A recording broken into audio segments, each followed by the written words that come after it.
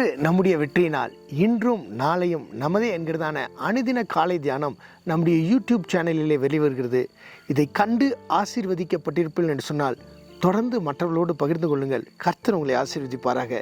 இன்றைய தினம் யாத்ராகம புஸ்தகம் 13ஆம் அதிகாரம் 17-18 வசனங்களில் இவ்வாறாக சொல்லப்பட்டிருக்கிறது.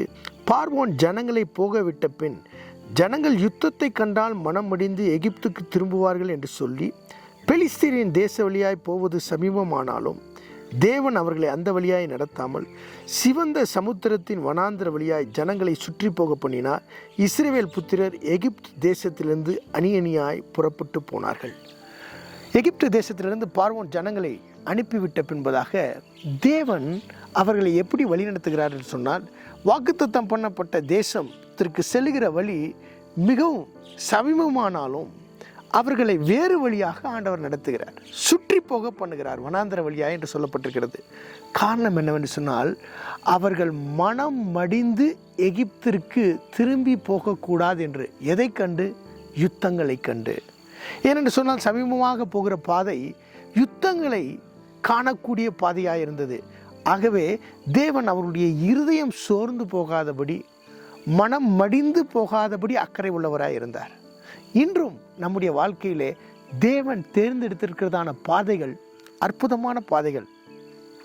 அந்த பாதைகள் ஒருவேளை நாம் பார்ப்பதற்கு மிகவும் தூரமான பாதைகளாக இருக்கலாம், கடினமான பாதைகளாக இருக்கலாம். என்னுடைய வாழ்க்கையில மட்டும் ஏன் ஆண்டவர் இதை அனுமதித்திருக்கிறார்? நான் மட்டும் ஏன் இவ்வளவு கஷ்டப்பட்டு கொண்டிருக்கிறேன்?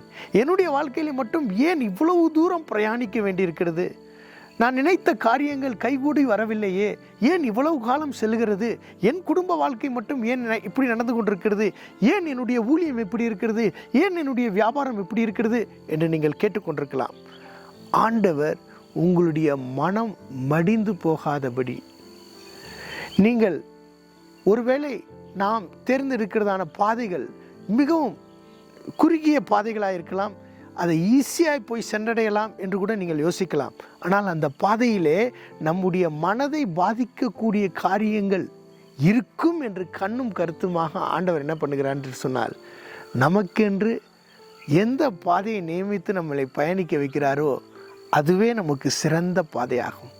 ஆகவே இன்று உங்களுடைய வாழ்க்கையிலே எந்த பாதையிலே பயணித்து கொண்டிருக்கிறீர்களோ அந்த பாதைகள் தேவனால் நியமிக்கப்பட்ட பாதைகள். அது நம்மீது தேவனுக்கு கரிசனை உள்ளபடியினாலே, நம்மை குறித்ததான ஒரு கருத்துடையவராக இருக்கிறபடினாலே, சிறு சிறு காரியத்தில் கூட ஆண்டவர் கண்ணும் கருத்துமாக இருக்கிறார். நம்முடைய மனசு சோர்ந்து போகாதபடிக்கு நம்மை நடத்தி கொண்டிருக்கிற தேவன், நாம் நடந்து போகிற பாதைகள் எல்லாம் தேவன் நமக்கு நியமித்திருக்கிற பாதைகள் என்பதை அறிந்து நாம் முன்னேறுவோம். சோர்ந்து போக வேண்டாம். எவ்வளவு தூரமானாலும் சரி, எவ்வளவு கடினமானாலும் சரி, அந்த பாதையிலே தேவன் ஒரு மிகப்பெரிய ஆசீர்வாதத்தை கட்டளையிடுவார்.